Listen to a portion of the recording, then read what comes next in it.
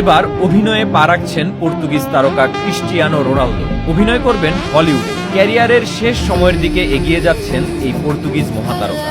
মাঠে হয়তো আর বেশি দিন দেখা যাবে না তাকে, তবে এবার তিনি দিলেন একেবারে নতুন এক চমক। ফুটবলের বাইরে এবার অভিনয় জগতে পা রাখছেন রোনালদো। নতুন একটি টেলিভিশন ড্রামা সিরিজে তিনি শুধু অভিনয়ই করবেন না, থাকবেন প্রযোজকের ভূমিকাতেও।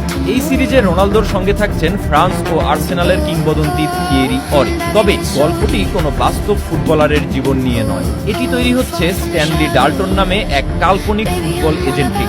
মূল চরিত্রে অভিনয় করছেন জনপ্রিয় অভিনেতা ড্যামিয়ান লুইস। আরও থাকছেন র্যাপার ডেভ এবং নতুন মুখ কার্লোটা বানা। ইতোমধ্যে লন্ডনের একটি স্টেডিয়ামে সিরিজটির শুটিং শুরু হয়েছে।